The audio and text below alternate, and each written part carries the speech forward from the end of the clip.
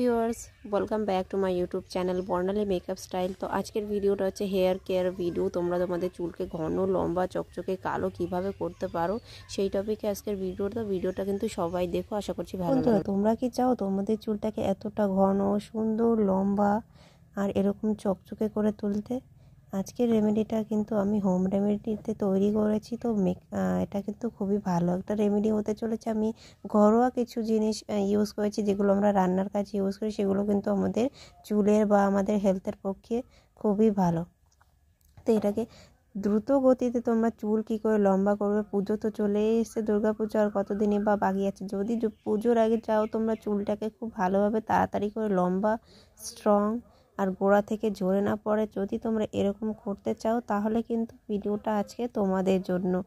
তো আমি ইউজ করেছি হচ্ছে লবঙ্গ, 1 চামচ চা পাতা আর হচ্ছে ফিল্টার ওয়াটার।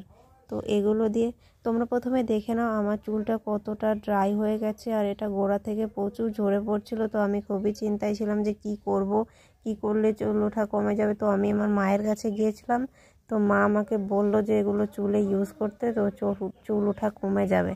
তো আমি সেগুলো ইউজ করার জন্য এগুলো বাজার থেকে নিয়ে এসেছি।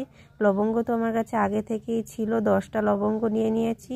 তো দেখতেই পাচ্ছ কতটা আমার হেয়ার ফল হচ্ছিল, যার কারণে আমি একদম চিন্তায় ছিলাম যে আমার পুরো চুলগুলোই সব উঠে না চলে যায়। তো তারপরে আমি নিয়ে নিয়েছি হচ্ছে বাজার থেকে একটা হেনার মধ্যে যে ইনগ্রিডিয়েন্টসগুলো আমি মিক্স করব, সেগুলোই হচ্ছে আসল কার্যকরী। হেনাটা তো কাজ করবেই, তার সঙ্গে এগুলো খুব ভালোভাবে কাজ করবে।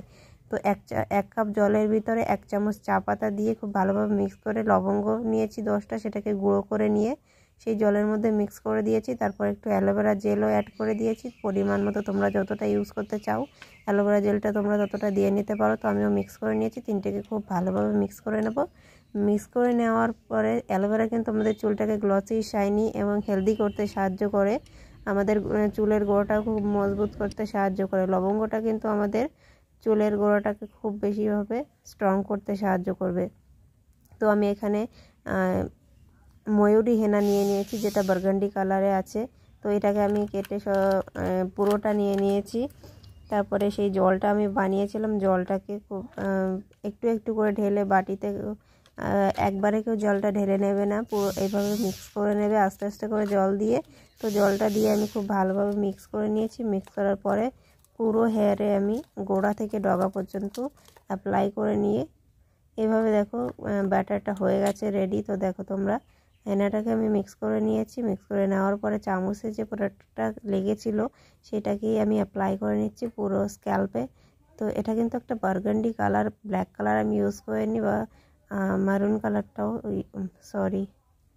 ব্রাউন কালারটা আমি ইউজ করিনি। তো এগুলো আমি অ্যাপ্লাই করে আসছি তোমাদের সামনে। তো তো পুরো হেয়ারে আমি অ্যাপ্লাই করে নিয়েছি, তো দেখতেই পাচ্ছ। তো এটাকে 2 ঘন্টা রেখে দেবো। 2 ঘন্টা রেখে দেওয়ার পরে ওয়াশ করে নেবো। ওয়াশ করার পরে তোমরা দেখতেই পাবে রেজাল্ট।